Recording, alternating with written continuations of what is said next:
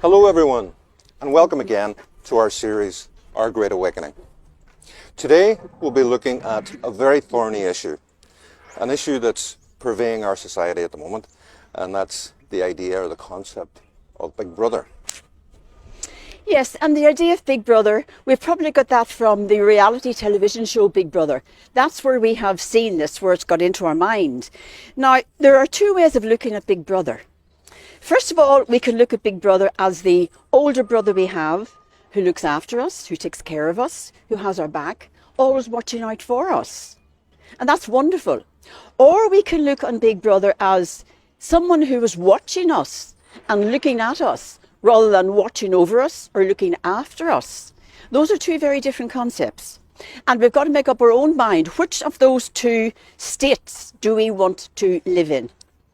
And my own experience of Big Brother, I come in now from my own experience, because that's the only way you can reflect on it.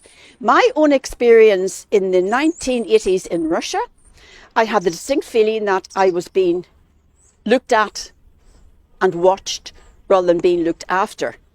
And then in China, just 4 years ago, I had an even stronger feeling. I didn't really notice it at the time, but just lately, in this present situation, I've begun to realise. In China, they seem to know everything about us.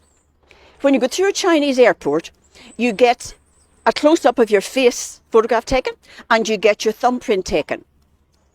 And things just seem to materialise and happen. And I began to wonder, I often quipped, these people must be programmed. For example, the same breakfast would appear on your table in your place every morning, programmed. And when we left King Kong to join the Yangtze cruise for 3 days, the Yangtze River, I left my charger in the hotel. And it wasn't until the first night on the cruise I realised I had forgotten it. And I thought, well, this is the end of the charger. Goodbye, charger. And then I reported it, and he said, it's okay, we'll get it for you. And Declan, I had this vision of James Bond 007 coming on a speedboat behind us and me catching the charger, or arriving by helicopter. But 007 Bond James did not materialise. But when we got to the next hotel, the lady behind reception handed me my charger. Now, she handed it to me, not to my friend. She knew exactly who I was, and that charger belonged to me. And the other incident that really shook me was when we got to another airport, we went to the carousel to collect our luggage. And these two men were waving over at us, and I looked behind me to see who they were waving at. But there wasn't anybody behind us, they were waving at us. And then beside them I saw, already taken off the carousel, were our two suitcases. Now, how did they know those two suitcases belonged to us? So I got this distinct feeling that they know everything about you. Now, there were two ways I could have looked at that. I could have looked at that as, isn't this wonderful? We are being looked after, we've nothing to worry about, they're taking care of us. Or I could have looked at it in the opposite way. How do they know so much about us? Are they watching us?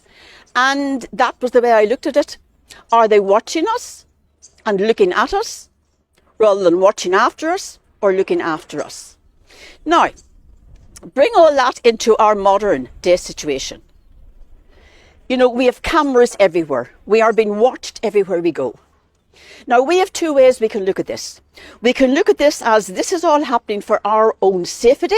This is Big Brother watching after us, keeping us safe.